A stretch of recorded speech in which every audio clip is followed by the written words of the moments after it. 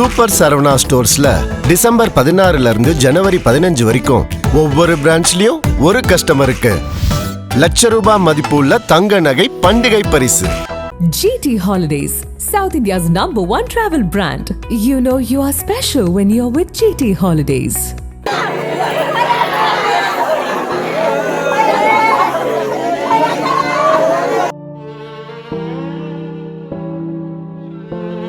திருவள்ளூர் மாவட்டம் ஆர்கேபேட்டை அருகே கொண்டாபுரம் காலனியை சேர்ந்தவர் சரத்குமார் மகன் 11 வயதான மோஹித்.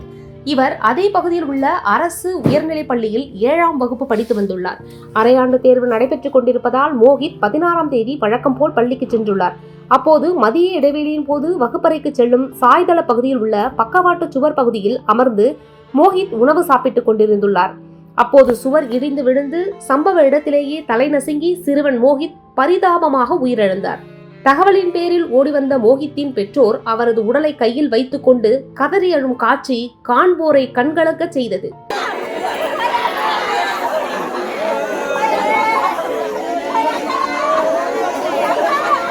சம்பந்தப்பட்ட பள்ளியின் சுற்றுச்சுவர் சேதமடைந்திருப்பதால் அதை புதிதாக கட்டித்தர வேண்டும் என்று அப்பகுதி மக்கள் தொடர்ந்து வலியுறுத்தி வந்துள்ளனர். ஆனால் மாவட்ட நிர்வாகமும் பள்ளி கல்வித்துறையும் எந்த அக்கறையும் காட்டாததன் விளைவே மாணவன் உயிரிழப்புக்கு காரணம் என பெற்றோர் வேதனை தெரிவிக்கின்றனர். இதனையடுத்து மோஹித்தின் மரணத்திற்கு நீதி கேட்டு பெற்றோர் மற்றும் உறவினர்கள் சாலை மறியல் போராட்டத்தில் ஈடுபட்டனர்.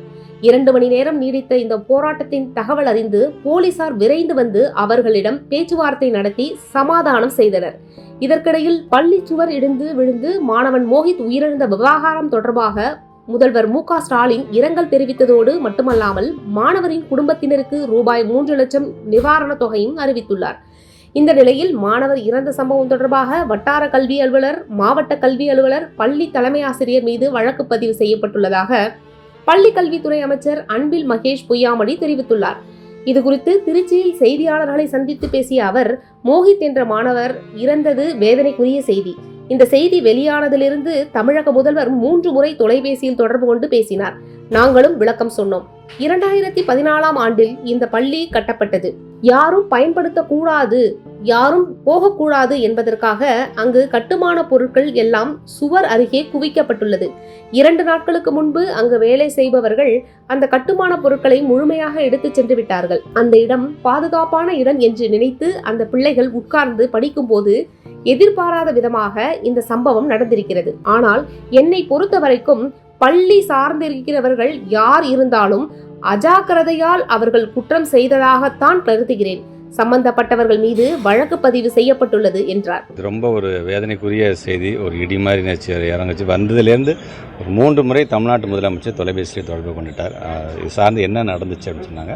விளக்கத்தையும் சொன்னோம். 2014, 2015 நபார்டு நிதியில் அந்த பள்ளிகள் கட்டப்பட்டது. அந்த பேரப்பட் வால் அது யாரும் பயன்படுத்தக்கூடாத இடத்துல யாரும் போகக்கூடாது என்பதற்காக கட்டுமான பொருட்கள்லாம் அங்கே குவிக்க வைக்கப்பட்டிருந்தது.